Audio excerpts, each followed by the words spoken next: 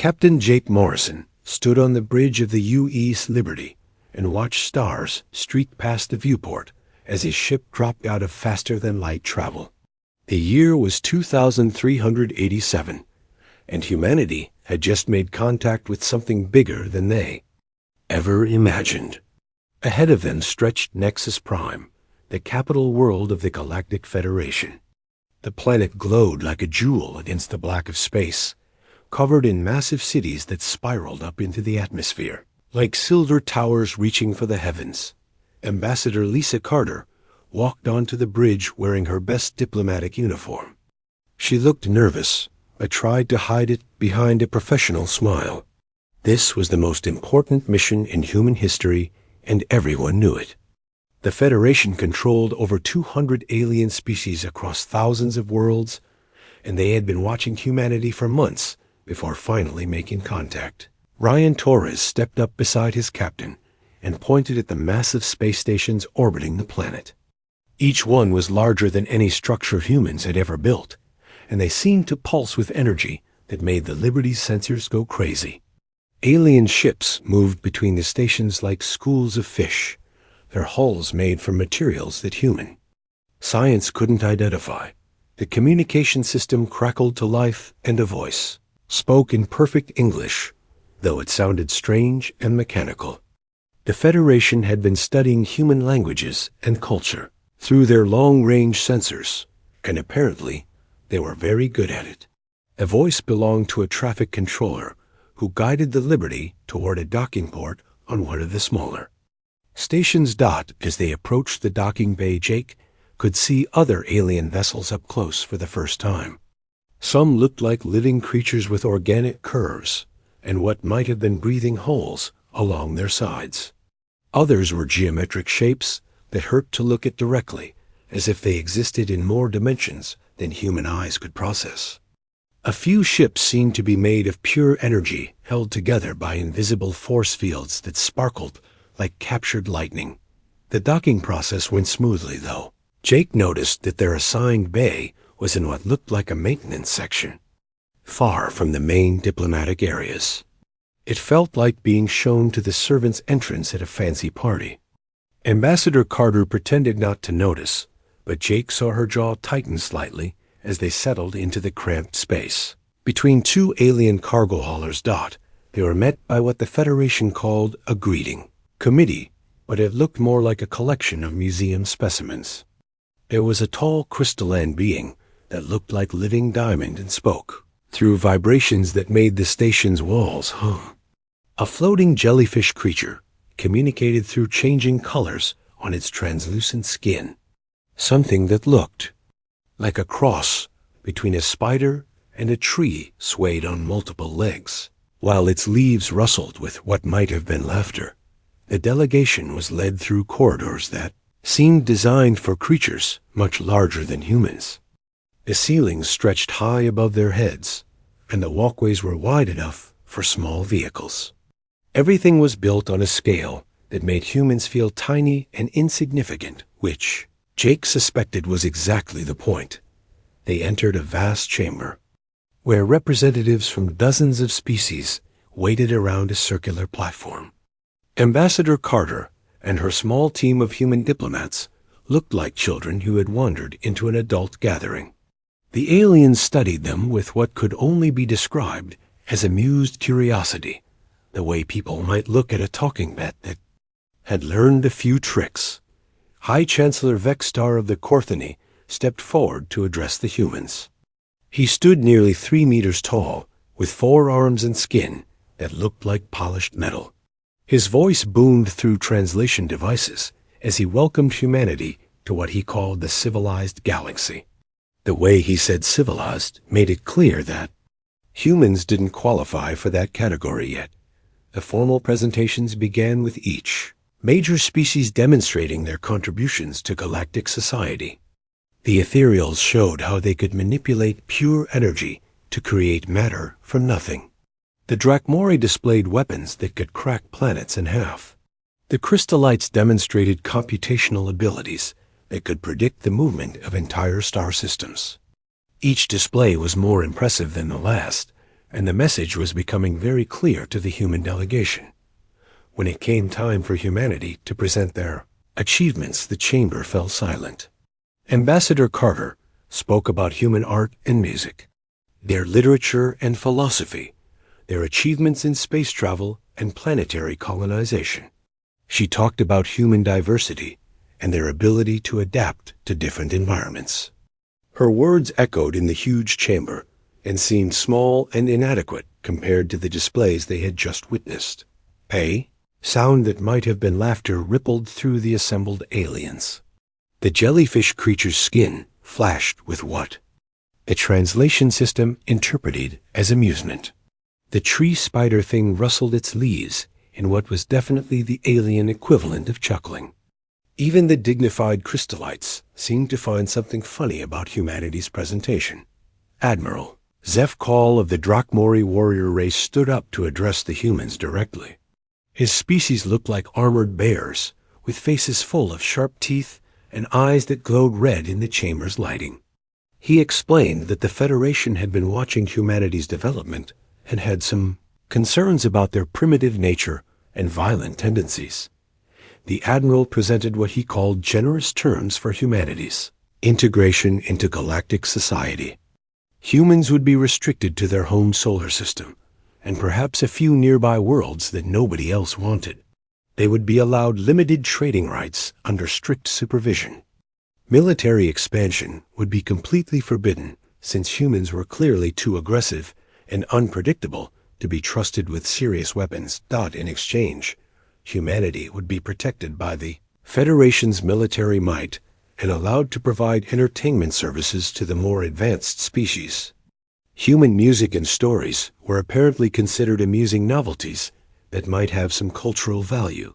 The Federation was even willing to establish what they called cultural exchange programs, where humans could serve as interesting specimens for alien researchers to study. Ambassador Carter listened to these terms with a straight face, though. Jake could see her hands clenched into fists at her sides.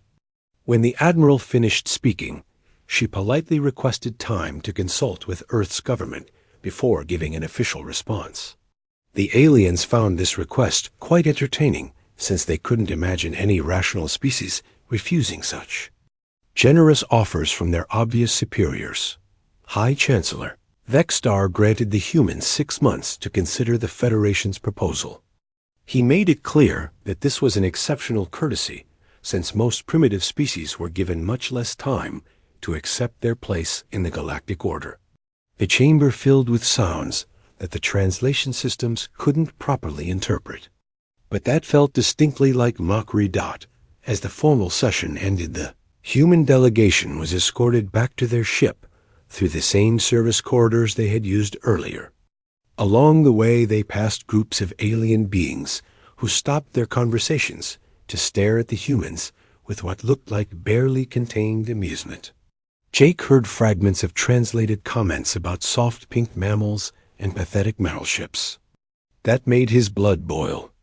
Back aboard, the Liberty Ambassador Carter called her team together in the ship's small conference room. The walls felt cramped after the vast spaces of the alien station, but there was something comforting about being surrounded by human technology again. Carter looked around at her people and spoke the words that would change everything. The Federation thinks we're weak and primitive, she said quietly. They think we're going to roll over and accept whatever scraps they throw us. They think humans are just another species they can add to their collection like exotic pets. Ambassador Carter stood up and walked to the viewport where she could see the massive alien structures surrounding their tiny ship. But they don't know humans very well, do they? She continued. They don't understand what happens when you back a predator into a corner. The Liberty undocked from Nexus Prime 12 hours later and began its journey back to Earth. As they pulled away from the Federation capital, Jake Morrison looked back at the glowing planet and the incredible technology surrounding it. Somewhere in the back of his mind, a plan was already forming. The aliens thought they knew everything about humanity from their long-range observations, but they had missed the most important thing about humans. They had missed what made humanity truly dangerous. The journey home would take 3 weeks, and Jake spent every day of it thinking about what he had seen and heard. The Federation was incredibly advanced, and their military might was beyond anything humanity could match in a straight fight. But they were also arrogant and bound by rules and traditions that made them predictable. They fought wars like gentlemen, following ancient codes of honor that humanity had never heard of. As Earth grew larger in the viewport, Jake Morrison smiled for the first time since leaving Nexus Prime. The Federation had made one crucial mistake in their evaluation of humanity. They had assumed that advanced meant civilized, and that civilized meant soft. They were about to discover just how wrong they could be. President Maria Rodriguez sat at the head of the massive conference table in the United Earth Council chambers and watched as the last of the representatives took their seats. The room was packed with military leaders, scientists, politicians, and intelligence officers from every major nation on Earth. 3 weeks had passed since Ambassador Carter returned from Nexus Prime with the Federation's insulting offer, and everyone wanted answers. General Patrick Sullivan stood up and activated the holographic display system that filled the center of the room with 3-dimensional images from the diplomatic mission. The alien ships looked even more impressive when projected at full size, and several council members shifted uncomfortably in their chairs as they realized just how outmatched humanity appeared to be. The general began his briefing with cold military precision. Federation technology was at least 500 years ahead of human capabilities in most areas, and possibly 1,000 years ahead in some fields. Their energy weapons could punch through any armor humanity had ever designed. Their defensive shields could absorb direct hits from nuclear weapons without showing any damage. Their faster-than-light engines made human ships look like they were standing still. Ambassador Carter added her observations about Federation society and military thinking. The aliens had been the dominant force in the galaxy for so long that they had forgotten what real warfare looked like. They fought according to ancient traditions that emphasized honor and ceremony over tactical effectiveness. They announced their attacks in advance, engaged enemies in formal duels, and followed rules that made their behavior predictable. Chief Science Advisor Dr. Helen Brooks stepped forward to present her analysis of the intelligence gathered during the mission. She had spent weeks studying recordings of alien technology and behavior patterns. Her conclusion was both disturbing and encouraging. The Federation was incredibly advanced, but they had grown soft and complacent over thousands of years of unchallenged dominance. Dr. Brooks explained that most Federation species had evolved in peaceful environments where cooperation was more important than competition. They had never developed the kind of aggressive survival instincts that drove human evolution. Wars between Federation members were rare, and when they did occur, they followed strict rules designed to minimize casualties and preserve infrastructure. The Director of Intelligence, Carl Davis, revealed information that changed everything. His agents had been monitoring alien communications since first contact and had discovered something remarkable. The Federation had never encountered a species like humanity before. Every other intelligent race they knew had developed along similar, peaceful lines. None of them had the kind of violent history that shaped human civilization. Davis projected historical data showing that humans had fought over 50,000 wars in their recorded history. They had developed weapons designed to kill their own species efficiently. They had created military strategies based on deception, surprise, and total destruction of enemy forces. Most importantly, they had learned to fight dirty when their survival was threatened. The intelligence director explained that this made humans unique in the galaxy. While other species had developed advanced technology through peaceful cooperation, humans had advanced through constant conflict. Every human, innovation from agriculture to space travel, had been driven by the need to gain advantage over other humans. This created a species that thought differently about problem-solving and warfare. General Sullivan took control of the presentation and began outlining what he called the human advantage. Federation forces were superior in every measurable way, but they had critical weaknesses that could be exploited. They expected enemies to fight according to established rules. They relied on technology instead of tactics. Most importantly, they had never faced an opponent willing to use any method necessary to win. The general showed tactical analyses of Federation military formations and strategies. Their fleets moved in predictable patterns based on ancient combat doctrines. Their commanders announced their intentions through formal challenges. They avoided what they considered dishonorable tactics like surprise attacks, false surrenders, or targeting non-military assets. Admiral Susan Blake stood up to address the Council about humanity's options. Surrender would mean the end of human independence and relegation to the status of galactic pets. Resistance seemed impossible given the overwhelming technological superiority of Federation forces. But there was a third option that no one in the Federation had considered because it was completely outside their experience. Blake proposed what she called asymmetric warfare on a galactic scale. Instead of trying to match Federation technology, humanity would use tactics that the aliens couldn't understand or counter. Human forces would strike without warning, use deception and misdirection, and ignore all the traditional rules that governed galactic warfare. Dr. Kevin Walsh stepped forward to present preliminary designs for weapons and tactics that could level the playing field. Human engineers had been working around the clock to develop systems that could exploit weaknesses in alien technology. Stealth capabilities that could fool sensors designed to detect energy signatures.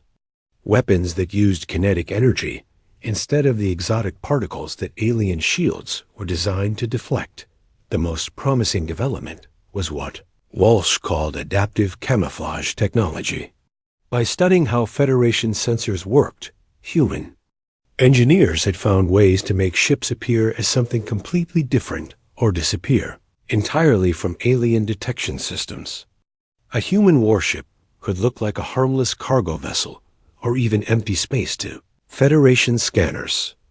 Colonel Betty Morgan presented training programs that would prepare human forces for a completely new kind of warfare. Traditional space combat relied on large ships engaging in formal battles at long range.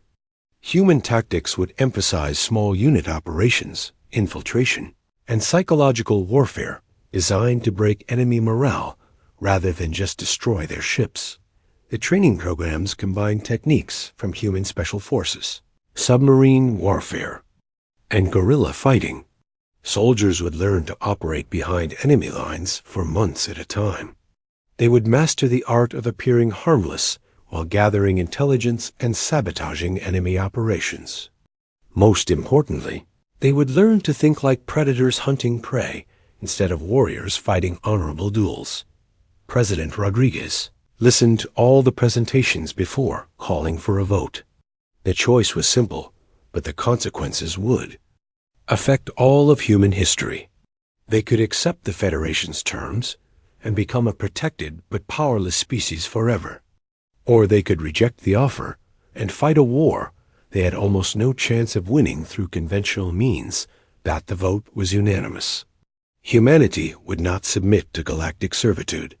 Project Prometheus was approved with unlimited funding and resources.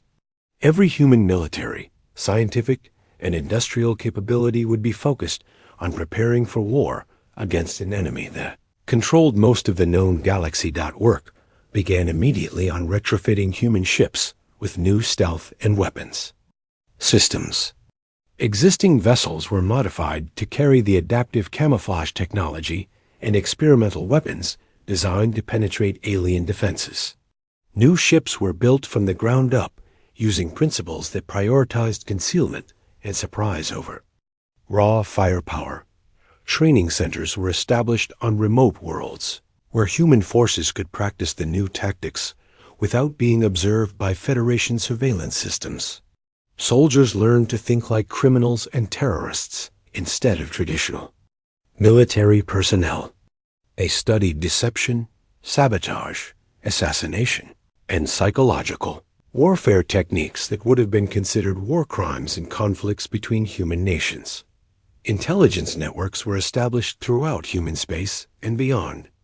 Agents, prepared to infiltrate Federation facilities and gather critical information about alien capabilities and weaknesses.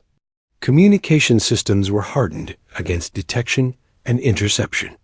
Supply caches were hidden on dozens of worlds to support long-term operations behind enemy lines. As the 6-month deadline approached, Federation representatives arrived in Earth orbit expecting to receive humanity's formal surrender. Instead, they found something that confused and worried them. Human space appeared to be completely empty. Colonies that had been bustling with activity just months before now showed no signs of life. Communication arrays that had been broadcasting human entertainment and information to nearby systems had gone silent. The Federation delegation sent increasingly urgent messages demanding to know where the humans had gone. They received no response from Earth or any human facility. Long-range scanners detected no human ships in space and no energy signatures from human installations. It was as if an entire species had simply vanished without explanation. Chancellor Vextar arrived personally aboard his flagship to investigate the mystery. His sensors could detect no trace of human activity anywhere in their former territory. Planets that had supported millions of people now appeared lifeless. Space stations that had orbited major worlds were nowhere to be found. Even the asteroid mining operations that had been expanding human industrial capacity had disappeared. Completely, the Chancellor ordered his forces to conduct detailed scans of the entire solar system. Captain Rachel Green sat in the command chair of the UES Shadowhawk and watched the Federation supply convoy drift slowly through space ahead of her ship. The alien vessels moved in perfect formation, just as human intelligence had predicted, following trade routes that hadn't changed in over a century. Their massive cargo holds were filled with weapons and supplies, heading to Federation outposts in the Outer Rim territories. The Shadowhawk hung invisible in the darkness between two asteroid fields, her hull covered in the adaptive camouflage technology that made her appear like empty space to alien sensors. Rachel's crew had been tracking this convoy for 3 days, learning its patterns and waiting for the perfect moment to strike. Pilot Danny Wright kept the ship positioned just outside the convoy's scanner range, while Weapons Officer Amy Foster prepared the experimental missile systems for their first real combat test. Engineer Steve Chun monitored the stealth systems from his station near the back of the bridge. The technology that kept them hidden from Federation sensors was still new and untested in actual combat conditions. One power fluctuation or system failure could reveal their position to the entire convoy and bring down the full might of the Federation military on their heads. Rachel studied the tactical display, showing the positions of all 6 alien ships in the convoy. The lead vessel was a Corthony heavy cruiser with enough firepower to destroy a human city. Behind it came 4 massive cargo haulers, protected by energy shields that could deflect anything in humanity's conventional arsenal.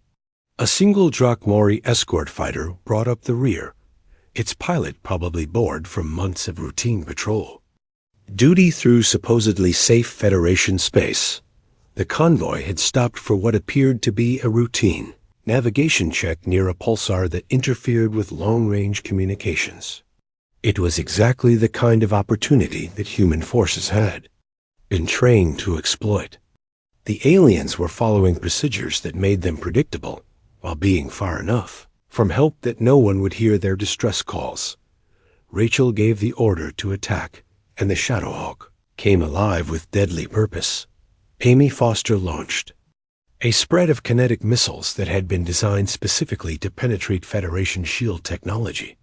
The projectiles accelerated to incredible speeds, using human magnetic rail technology that the aliens had never encountered before. The first missiles struck the rear escort fighter before its pilot even knew he was under attack. The small ship exploded in a brilliant flash that lit up the surrounding asteroids. The cargo haulers immediately began emergency maneuvers, but their massive bulk made them slow to respond. Their commanders were screaming into communication systems demanding to know what was happening, but the pulsar interference made it impossible for anyone to hear their calls for help. The Corthony cruiser turned to face the direction the attack had come from, but its sensors showed nothing except empty space and drifting asteroids. The ship's captain was probably confused and terrified because his sophisticated detection systems couldn't locate an enemy that was obviously close enough to destroy his escort. Federation military doctrine had no procedures for dealing with invisible attackers. Danny Wright brought the Shadowhawk around for another attack run while Steve Chun rerouted power to keep the stealth systems operating at maximum efficiency. The ship moved like a predator stalking wounded prey, staying just outside the effective range of Federation weapons while positioning for the killing blow. The second wave of missiles targeted the cargo haulers with devastating precision. Amy Foster had programmed each projectile to hit specific weak points in the alien ship designs that human intelligence had identified during months of careful study. The massive vessels began breaking apart as their hulls were breached in multiple locations simultaneously. One of the cargo haulers managed to get off a distress signal before its communication array was destroyed by a perfectly aimed missile. The message would take hours to reach the nearest Federation base, and by then the convoy would be nothing but debris drifting in space. The aliens were learning their first lesson about fighting an enemy that struck without warning and left no survivors to report what had happened. The Corthony cruiser fired blindly into space with energy weapons that lit up the asteroid field like a deadly light show. A captain was desperate to hit something, anything. That might explain how his convoy was being systematically destroyed by an invisible enemy. His shots passed harmlessly through the space where the Shadowhawk had been moments before, but Danny Wright was too skilled a pilot to let his ship be caught by random fire. Rachel watched the tactical display as the last cargo hauler split in half and began venting atmosphere into the vacuum of space. The Corthony cruiser was now alone, and its captain had to be wondering if he was next on the list. Federation ships were designed for honorable combat, where enemies announced themselves and fought according to established rules. They had no defense against predators that hunted from the shadows. The cruiser's captain made the mistake that Rachel had been hoping for. Instead of running for help, he turned his ship toward the largest concentration of debris and began searching for survivors.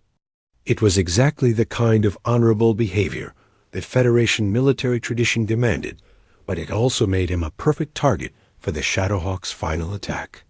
Amy Foster launched every remaining missile the ship carried in a concentrated barrage, aimed at the cruiser's engine section. The projectiles struck within seconds of each other, and the massive alien warship began to lose power as its propulsion systems failed. Without engines, the cruiser was helpless and drifting, unable to escape or maneuver effectively. Rachel could have destroyed the disabled cruiser easily, but she had different orders. Instead of finishing off the alien ship, the Shadowhawk moved in close enough to deploy a boarding party. Lieutenant Commander Bill Hayes led a team of human soldiers equipped with captured Federation uniforms and forged identification codes. The boarding operation was designed to look like a rescue mission from another Federation vessel. Hayes and his team used stolen alien technology to cut through the cruiser's hull and then moved through the ship's corridors, pretending to be emergency responders. The confused and terrified Corthony crew welcomed them as saviors who had arrived to help with the mysterious attack, while the alien crew focused on damage control and caring for their wounded Hayes's team systematically planted listening devices and data collection equipment throughout the ship.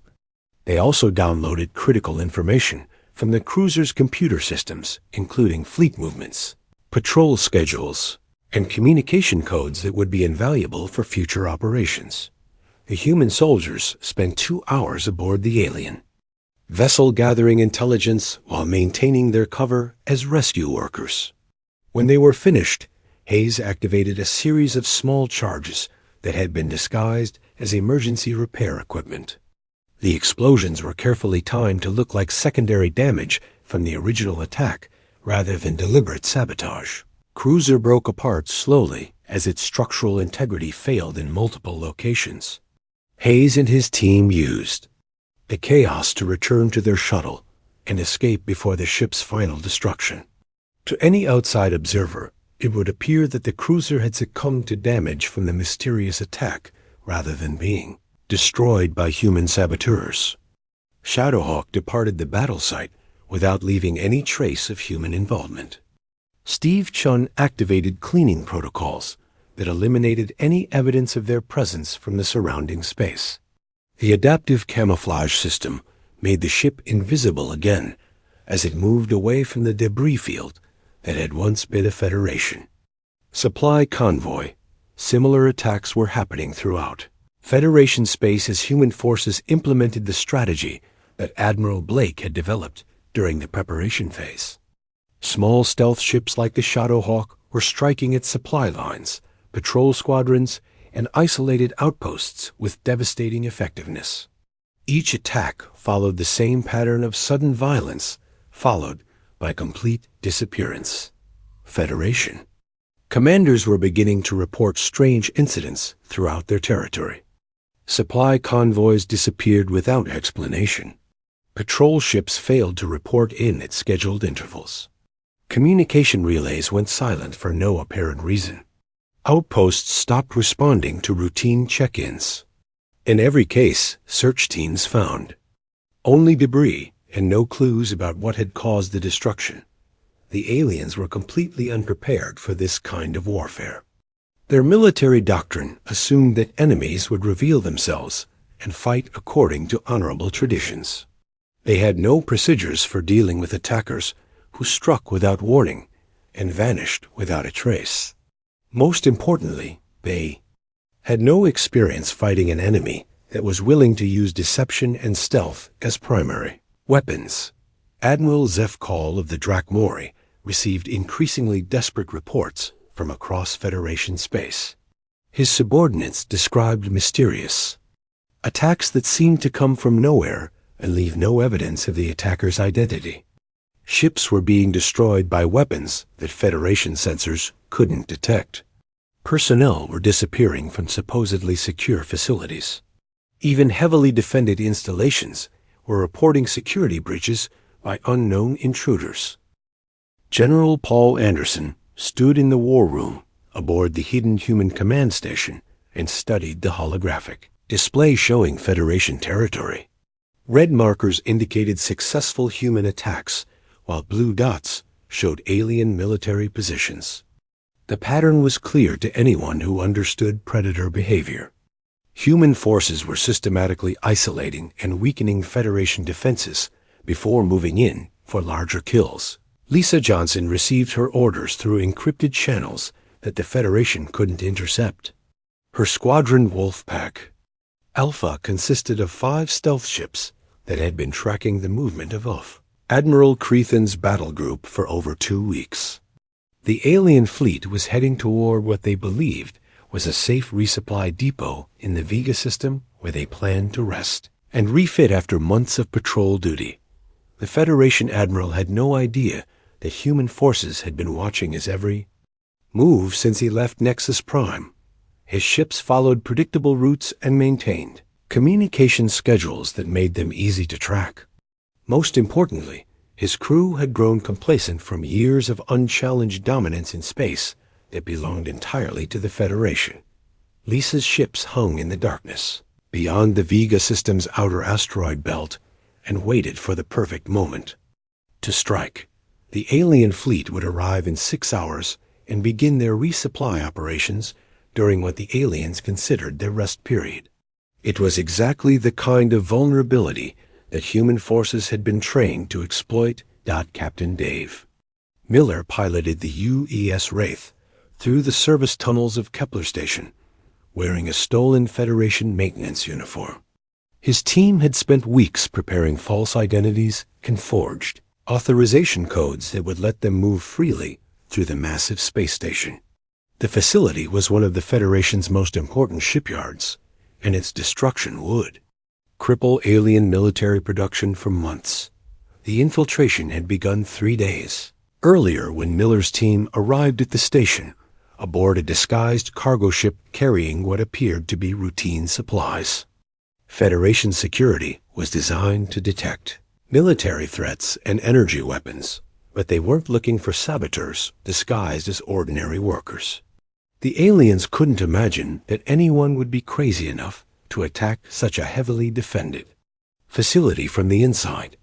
Miller and his demolitions expert Tony Kim moved through the station's lower levels, placing charges in locations that would cause maximum damage to critical systems. The explosive devices were designed to look like standard maintenance equipment until they were activated. Federation personnel walked past them dozens of times without realizing that their station was being turned into a massive bomb. Meanwhile, Lisa Johnson watched through her ship's sensors as Admiral Crethon's fleet settled into orbit around the Vega Supply Depot. The alien ships powered down their weapons and shields according to standard Federation protocol for friendly territory. Their crews began shore leave rotations that would leave the vessels undermanned and vulnerable for the next 12 hours. Lisa gave the signal, and Wolfpack Alpha emerged from the asteroid belt like hunting wolves surrounding their prey. The human ships appeared on Federation sensors as maintenance vessels and cargo haulers, using stolen identification codes that Miller's team had acquired during previous operations. By the time the aliens realized what was happening, it was already too late. The first missiles struck the Federation fleet, while most of their crews were either asleep or enjoying recreational activities on the supply depot. Ships that should have been protected by energy shields and point defense systems were sitting helpless in orbit, like targets in a shooting gallery. The human attack caught them completely unprepared for combat. Admiral Crethon tried to organize a defense from foam.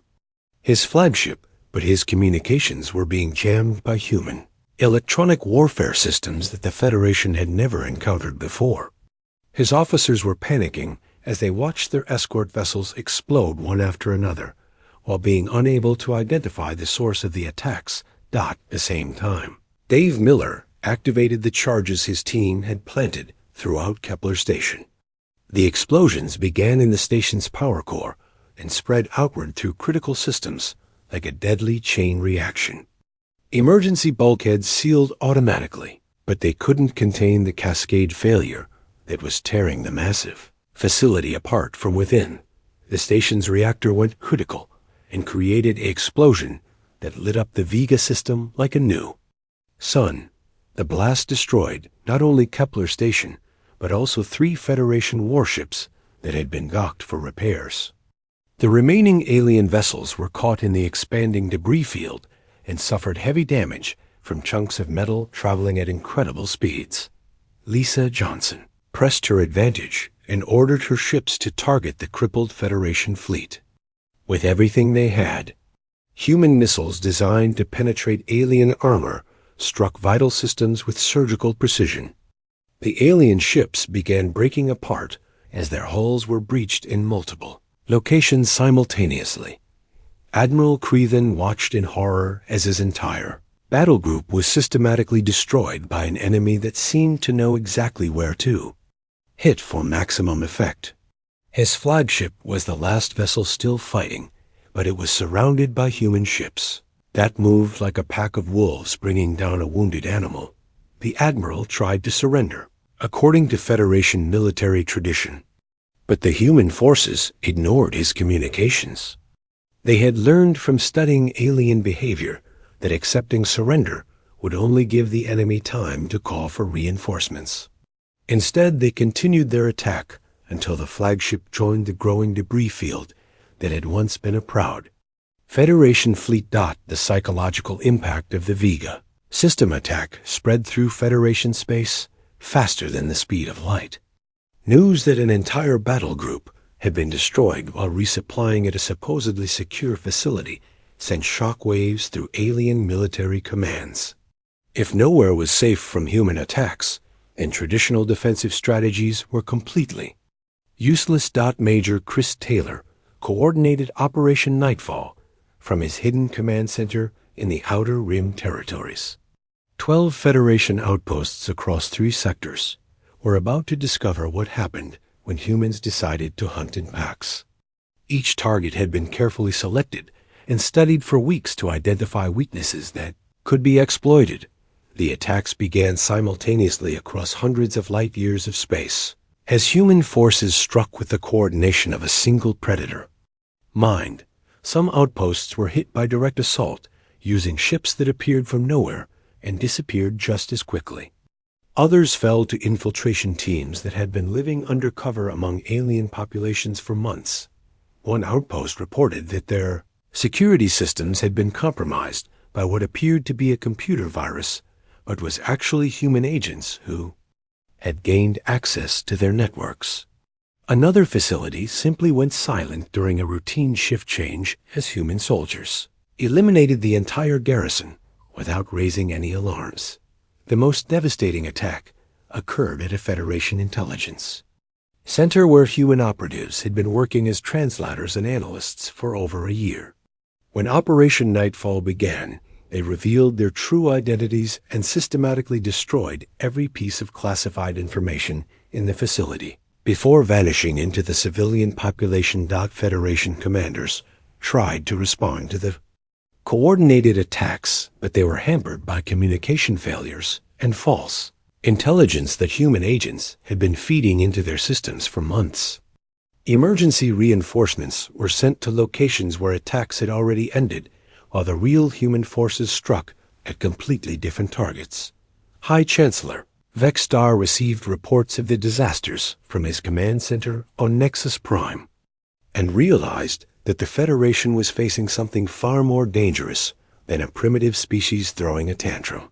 The humans were fighting a coordinated war using tactics that no civilized species would consider honorable or acceptable. Chancellor ordered a full military mobilization and called emergency sessions with representatives from every Federation member species. They needed to develop new strategies for dealing with an enemy that refused to fight according to established rules. More importantly, they needed to find some way to locate and destroy human forces that seemed capable of appearing anywhere, at any time.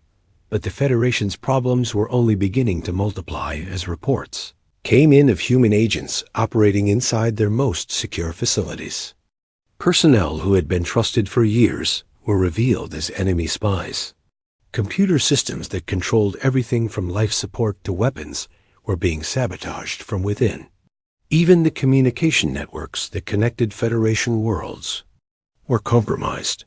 Admiral Zevkal finally admitted that he had underestimated the human threat and began implementing emergency security measures throughout Federation space. All personnel would be subjected to intensive background checks. Computer systems would be isolated and purged of potential human infiltration programs. Communication protocols would be changed daily to prevent interception. However, these measures came too late to prevent the damage that human forces had already inflicted on Federation military capabilities. Months of successful operations had given humanity access to alien technology, communication codes, and strategic intelligence that would prove invaluable in the larger conflict that was approaching. Admiral Susan Blake stood on the bridge of the UES Retribution and watched the massive Federation fleet defending Nexus Prime through her ship's long-range sensors. The alien capital world was protected by over 300 warships arranged in defensive formations that had never been broken in galactic history. Energy barriers surrounded the planet, like deadly spider webs, and orbital weapon platforms could destroy anything that came within range. Ragnarok was about to begin, and Blake knew that everything humanity had accomplished so far depended on the next few hours. Captain Nicole Harris and her infiltration team had been hidden inside Nexus Prime for weeks, preparing to strike at the heart of Federation power. If they failed, then the frontal assault would be a suicide mission that accomplished nothing except the destruction of humanity's remaining fleet. Blake activated the communication system and spoke to the captains of every human ship in the attack force. Their vessels were spread across dozens of light years, surrounding the Nexus system and waiting for the signal to converge on the Federation capital. Each ship carried the hopes of their entire species and the knowledge that failure meant slavery or extinction for everyone they had ever loved. Deep beneath the surface of Nexus Prime, Captain Harris crouched in a maintenance tunnel with her team and checked the timer on her demolition charges. Explosives expert Jack Porter had spent days planting devices throughout the planet's defense network, while communications specialist Lavra Kim prepared to jam every alien transmission system simultaneously. They had one chance to cripple the Federation's command structure before the space battle began. The attack started with what appeared to be a massive human fleet emerging from hyperspace and heading directly toward Nexus Prime. Federation sensors detected over 100 ships, arranged in traditional battle formations that made them look like they were planning a conventional assault. Admiral Zeph Call ordered his forces to intercept the human fleet and destroy it before it could threaten the capital world. What the Federation commanders didn't realize was that most of the ships they were seeing were decoys equipped with sensor enhancement technology that made them appear larger and more dangerous than they actually were. The real human assault force was much smaller and approaching from completely different directions using stealth systems that alien scanners couldn't detect. Captain Jake Morrison led the frontal assault in what appeared to be humanity's flagship, but was actually an expendable vessel filled with automated systems designed to make it look like the command ship. His real mission was to draw Federation attention away from the infiltration teams and stealth squadrons that were moving into position around the planet. The Federation fleet moved to engage Morrison's decoy force in what they expected to be the final battle of the war. Alien commanders were confident that their superior numbers and technology would make short work of the human ships.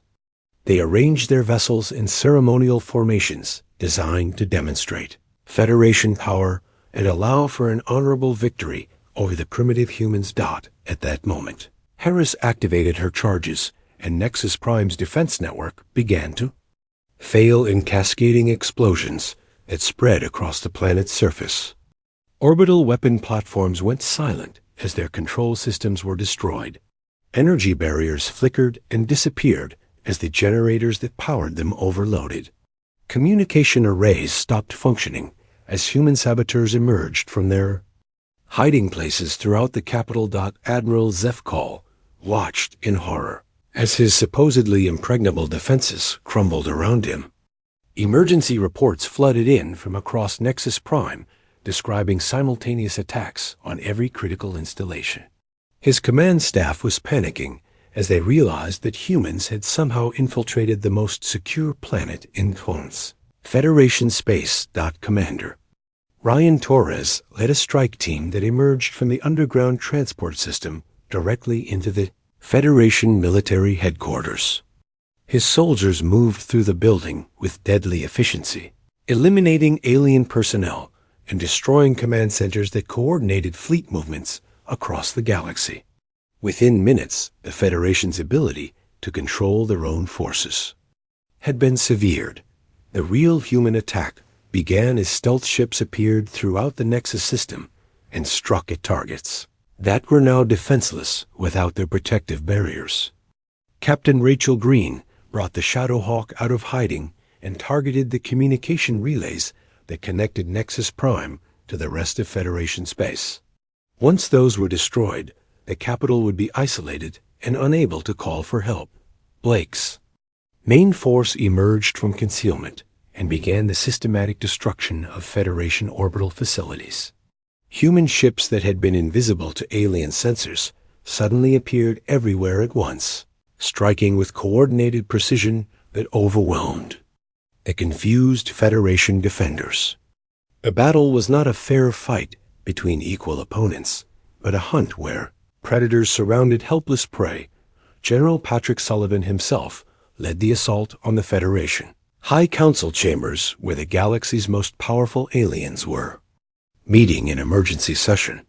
His soldiers fought through corridors filled with panicking aliens who had never imagined that their capital could be attacked.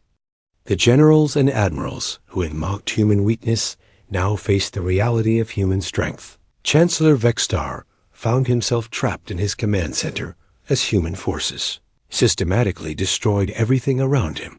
The being who had offered humanity servitude was now watching his entire civilization collapse under assault from the species he had dismissed as primitive pets. His communication systems were dead, his fleets were scattered, and his planet was under enemy control. Sullivan's forces breached the High Council chambers and found the Federation's leadership cowering behind furniture like children hiding from monsters. These aliens who had ruled the galaxy for thousands of years were reduced to begging for mercy from the humans they had tried to enslave. The reversal was complete and absolute. The Chancellor tried to negotiate a traditional surrender, according to Federation military custom, but Sullivan ignored his pleas for honorable treatment. The human general presented the aliens with terms that would have been unthinkable just months before. The Federation would withdraw from all human territory immediately. They would pay massive reparations for the insult to human dignity. Most importantly, they would acknowledge humanity as the galaxy's new dominant military power. Lake watched from her command ship as the last Federation resistance crumbled throughout the Nexus system. Alien vessels that survived the initial assault were fleeing in all directions while broadcasting surrender messages on every frequency. The mighty Federation fleet that had defended their capital was now scattered wreckage floating in space, or crippled ships begging for mercy. President Maria Rodriguez received word of the victory in her bunker, deep beneath Earth's surface, where she had been coordinating the war effort. The message was simple, but its implications would echo through galactic history. Nexus Prime had fallen, and the Federation was requesting terms for unconditional surrender. Ambassador Lisa Carter found herself in the strange position of representing a victorious humanity to the same aliens who had mocked her months earlier. The Federation representatives who met with her were no longer arrogant beings confident in their superiority, but broken creatures who understood that their species' survival depended entirely on human mercy. The surrender ceremony took place in the same chamber where the Federation had offered humanity servitude. Carter stood where High Chancellor Vextar had once towered over her and presented the terms that would reshape galactic civilization. Human ships patrolled the space around Nexus Prime, while human soldiers maintained order in the streets of the fallen capital. The galaxy that had once laughed at human weakness now trembled at human strength. Species that had ruled star systems for millennia found themselves subject to the authority of beings they had considered primitive animals. The predators from the third planet around an unremarkable star had claimed their place at the top of the galactic food chain. Carter spoke, the words that would be remembered for as long as intelligent life existed in the galaxy. She told the assembled alien representatives that they had mocked humanity as weak because humans didn't follow the rules of civilized warfare. They had failed to understand that those rules were never designed to contain a species like humanity. Federation had expected humans to join their galaxy as servants, but instead humanity had inherited it as conquerors. The age of alien dominance was over, and the era of human supremacy had begun. Every species in known space would learn to respect the power of beings who fought without honor and won without mercy.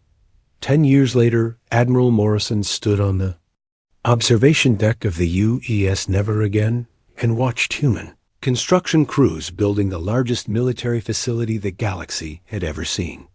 A massive space station orbited Earth, like a monument to human victory, and a warning to anyone who might consider challenging humanity's authority. Children who had been born after the war learned about the time when aliens ruled the galaxy, and humans were considered weak. They found it hard to believe that their species had ever been anything other than the dominant force in space. The galaxy belonged to humanity now, and everyone in it existed at human discretion.